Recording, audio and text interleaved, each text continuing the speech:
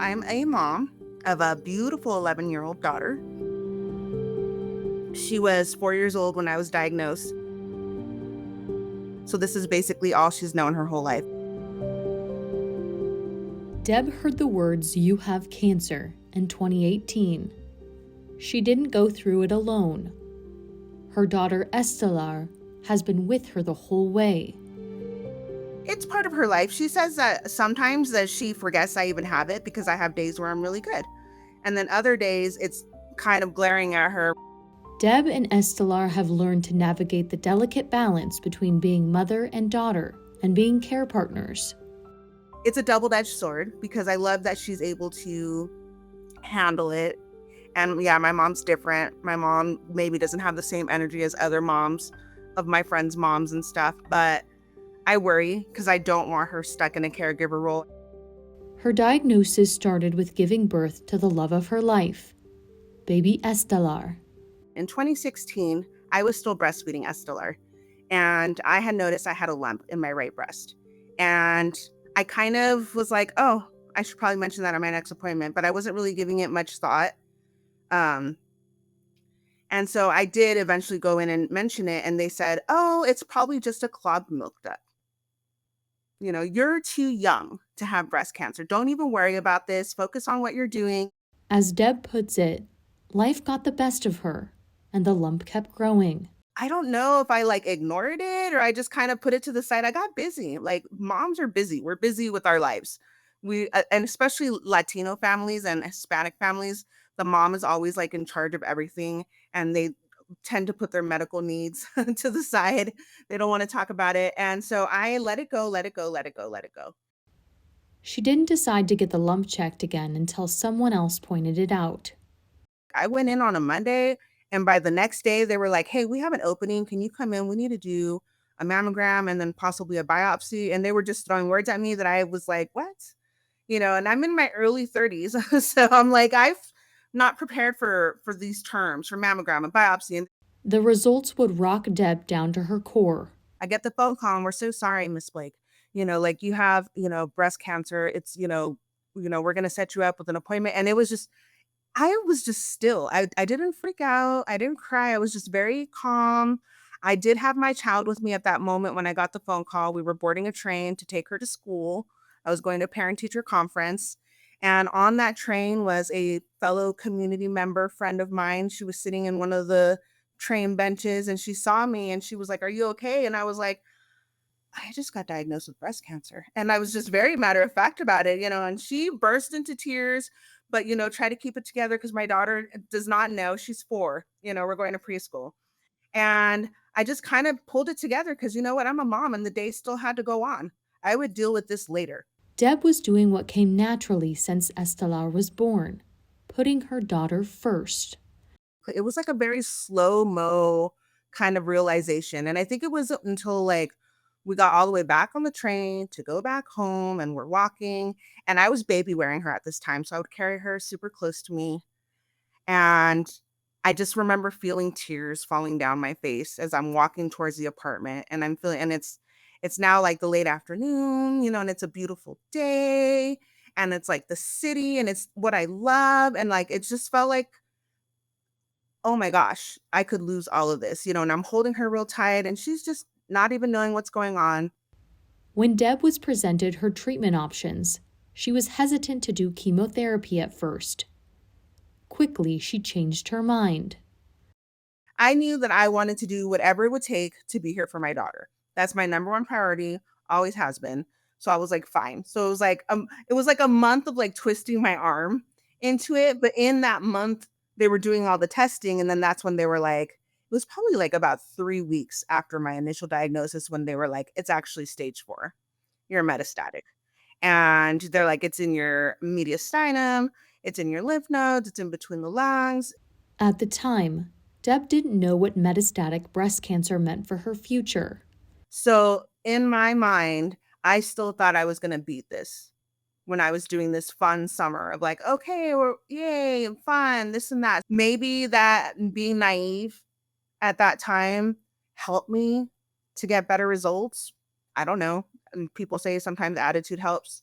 Um, Maybe I would have dealt with it differently if I already knew how indefinite the treatments were gonna be from MBC, but I didn't know. I think part of me was, like, willfully ignorant.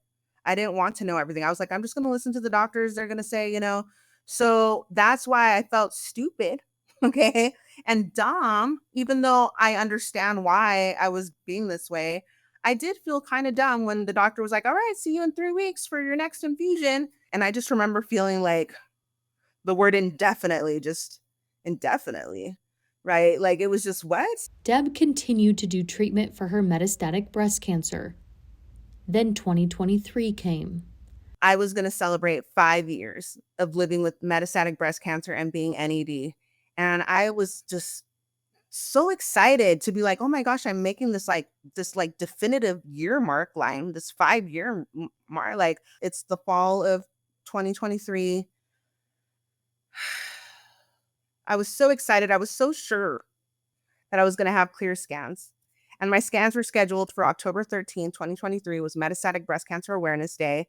And I was like, "Oh, that's so funny. I scheduled my scans on the same day as MBC Awareness Day." And so the month before the scans, I had done a self-check on feel it on the first, we love to remind people to feel it on the first.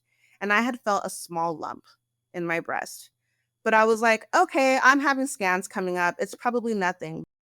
The unimaginable happened.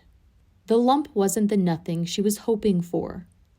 It was a new, different type of breast cancer, completely separate from Deb's metastatic triple positive breast cancer.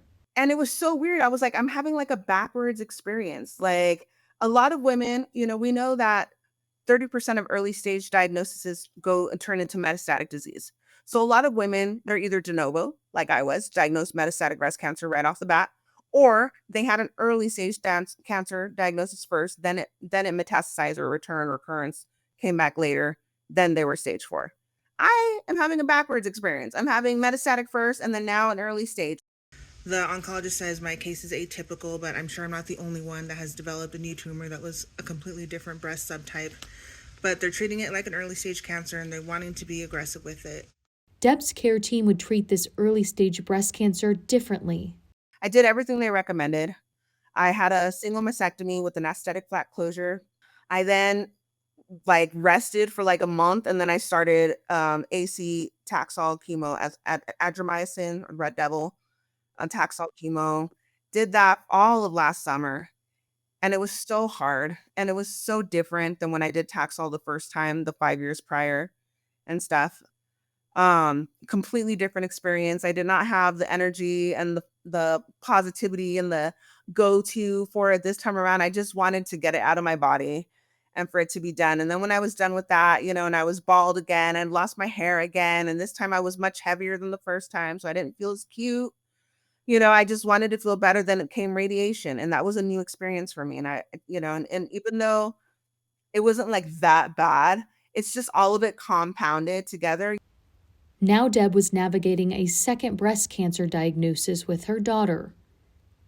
This time felt more like a partnership. I was miserable, right? And my mental health was really struggling. My daughter's older now, she has more questions. She's like, "Are you gonna be okay?" Like, and I'm like, "Yeah, I'm doing everything they're telling me to do," but she can tell that this time around, mom's not as strong as the first time. Deb is back on treatment for her metastatic breast cancer and now uses her voice to advocate for herself and others living with MBC. I think we need to remember that metastatic breast cancer, stage 4 breast cancer is lifelong. It's not curable. There is no cure. And so we need to make sure that dollars are being donated towards metastatic breast cancer research for a cure. I have met so many amazing women that are no longer with us because they were living with stage 4 breast cancer and they had, each one had a different story and they had a different life.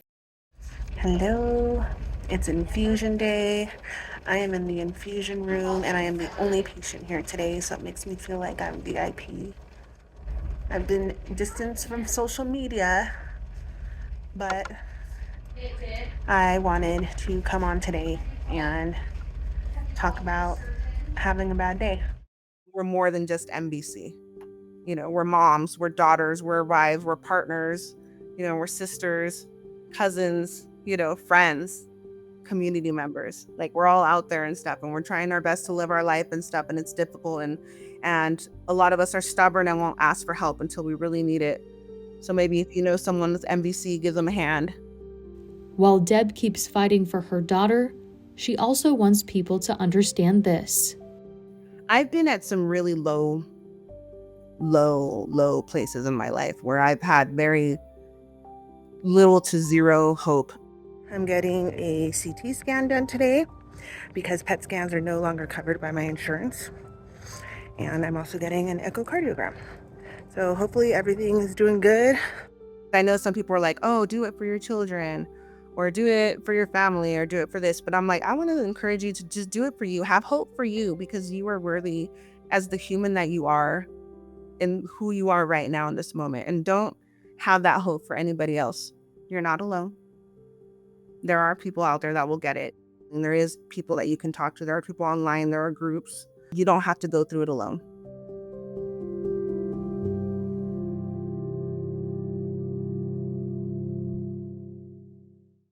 If this video was meaningful for you, we've queued up another video here, a playlist here, and make sure you subscribe. Thank you for being a part of the Patient Story community. You're not alone.